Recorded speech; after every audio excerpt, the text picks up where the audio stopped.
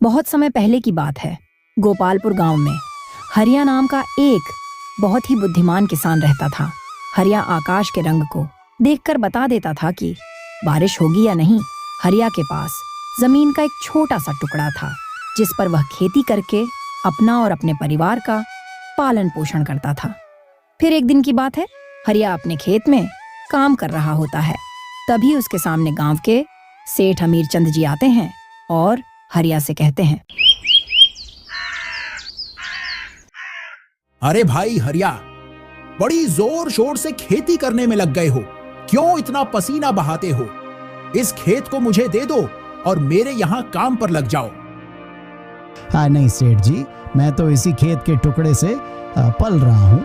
मैं ये खेत आपको दे दूंगा तो मैं सड़क पर आ जाऊंगा, लेकिन अब कोई बात नहीं, क्योंकि मैं मेरे दिमाग में सोच लिया हूँ कि इस बार ऐसे फसल करूंगा कि दुगनी कमाई हो जाएगी। फिर एक दिन देखना आपके वाला खेत को भी मैं अपने में मिला लूंगा। दरअसल सेठ अमीरचंद हमेशा से हरिया से चिढ़ता था, क्योंकि खेत का टुकड़ा सेठ के खेत से जुड़ा हुआ था। सेठ अमीरचंद चाहता था कि हरिया के खेत को वैसे भी हथिया ले, लेकिन हरिया अपनी खेत नहीं देना चाहता था। सेठ अमीरचंद ने यह बात सुनी तो चौंक गया और अपने मन में बोलने लगा, अरे बाप रे, यह कौन से खेती करने जा रहा है? मुझे पता लगाना ही चाहिए, यह तो वैसे भी बहुत होशियार है। अरे भाई हरिया, पर तुम खेती किसकी करने जा रहे हो? जरा हमें भी बताओ तो। अरे सेठ जी, ऐसे नहीं बताऊंगा, या ये थोड़ा अंदर की बात है। वह जमीन कम है ना मेरे पास, तो उसका गणित नहीं बैठ रहा है। मैं आज रात में आकर इसका हिसाब किताब लगाऊंगा। हरिया इतना कहने के बाद वहां से अपने घर की ओर चला जाता है, मगर हरिया सेठ अमीरचंद के सर में दर्द कर गया और सेठ अमीरचंद सोचता रहा कि आखिर हरिया करना क्या चाहता है।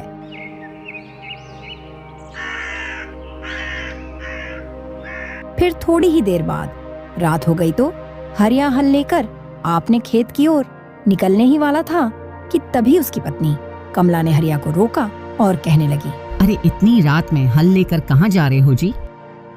अरे भाग्यवान, शांत रहो, अपने पास कम खेत है, इसकी वजह से फसल नहीं हो पा रही है, तो मैंने एक तरकीब सोची है। देखना इस बार इतना अनाज पैदा कर दूंगा कि साल भर खत्म नहीं होगी। उधर हरिया की यह बात सेठ अमीरचंद खिड़की से सुन रहा होता है। सेठ अमीरचंद के पसीने छूट जाते हैं कि आखिर यह कौन सी खेती करने वाला है कि साल भर में भी खत्म नहीं होगी।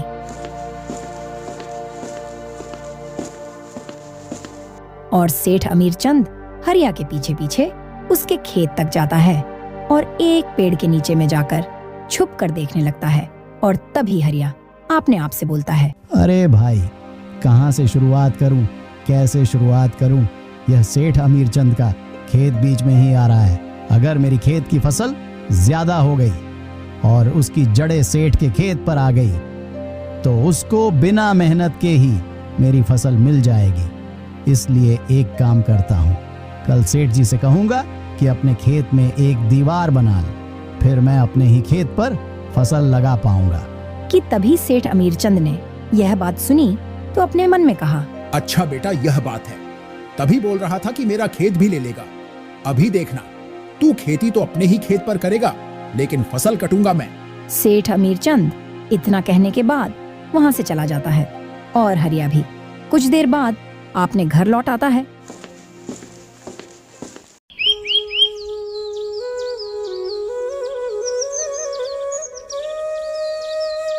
फिर अगली सुबह जब हरिया सेठ अमीरचंद से मिला तो उसने कहा, अरे सेठ जी, आपसे थोड़ी सी बात करनी थी। हाँ हरिया, कोई भी बात कर, लेकिन मैं अपने ही खेत पर दीवार खड़ी नहीं करूंगा। ठीक है, बात खत्म। लेकिन सेठ जी, मैं कब आपसे ऐसा कहा? अरे हाँ हरिया, मुझे पता है तुम यही कहने वाले थे, क्योंकि खेत जो कम है तुम्हारे पास। यह कहकर सेठ अमीरचंद मुस्कुराता हुआ वहां से चला जाता है।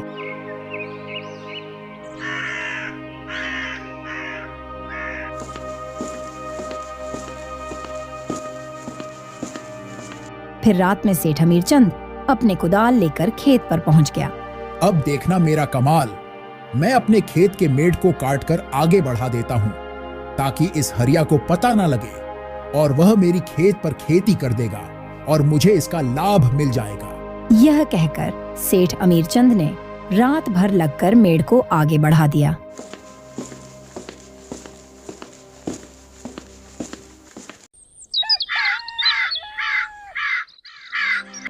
जब अगली सुबह हरिया और उसकी पत्नी कमला खेत पर पहुंचे। सुनो जी, आज आपका खेत तो बहुत ही बड़ा लग रहा है। हाँ भाग्यवान, लग तो रहा है। लगता है भगवान ने मेरी सुन ली, जो मुझे और ज्यादा फसल पैदा करने के लिए खेत को बढ़ा कर दिया है। चलो अब मैं इस खेत पर बीज बोह देता हूँ और फसल आने का इंतजार करता हूँ। हरिया ने उस खेत पर जी भरकर खेती किया और फसल को बो दिया।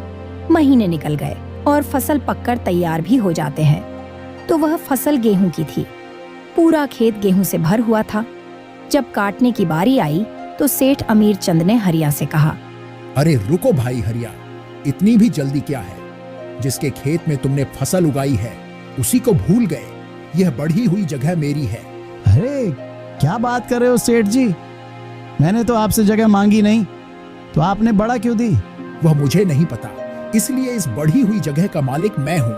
मैंने ही मेड़ को आगे बढ़ा दिया था ताकि तुम्हारे फसल की जड़ें मेरे खेत में आए और मुझे भी इसका लाभ मिल सके। अच्छा तो यह बात है सेठ जी, लेकिन सेठ जी मेरे पास खेत कम था, इसलिए मैंने मन में विचार लाया था कि काश ऐसा हो जाए, लेकिन आपने तो सच में मान लिया। मैं आपको खेत को बढ़ाने को नहीं कहा था और ना ही मैं आपके पास आया था, इसलिए आपका इस पर कोई हक नहीं है। आपकी खेत की सीमा जहाँ तक है वहीं तक आपका खेत है। फिर सेठ अमीरचंद ने अपनी माथा पकड़ लिया और हरिया के होशियारी के आगे झुक गया। लेकिन सेठ अमीरचंद हार नहीं मानने वाला था। वह इस बात का बदला लेने के लिए इंतजार करने लगा। फिर एक समय की बात है, हरिया बहुत बीमार हो गया और धन की फसल की बुवाई आने का समय भी हो गया था। सेठ अमीरचंद उसकी हंसी उड़ाने के लिए उसका घर पहुंच गया। अरे क्यों भाई हरिया, देख रहे हो ना बेईमानी का नतीजा? पड़ गए ना। अब तुम बीमार, खेत को कौन जीतेगा? धन की बुवाई का समय भी बीता जा रहा है पर अभी तक तुम्हारे खेत में हल नहीं चला है। अब तो तुम भूखे मरोगे। अरे सेठ जी, मैं क्यों भूखा मरूंगा? मेरे बाबूजी का खेत है ना, वह मुझे भूखा नहीं मरने देगा। ऐसा वरदान है उस खेत को। अरे हरिया, कौन सा वरदान? मैं क्यों बताऊं आपको सेठ जी, आप जाओ यहाँ से, मेरी चिंता मत करो। सेठ अमीरचंद के मन में फिर से सवाल घूमने लगा। सेठ अमीरचंद उसके घर से गया तो सही, लेकिन बाहर ही छुप गया। और थोड़ी ही देर बाद जब रात हुई तो उसकी पत्नी कमला ने पूछा, सुनो जी, बाबूजी ने ऐसा कौन सा वरदान दे गए थे कि वह खेत हमें भूखा नहीं मरने देगा? अपने खेत में तो हल तक नहीं चला है, फिर यह सब कैसे? अरे भाग्यवान, तुम चिंता क्यों करती हो?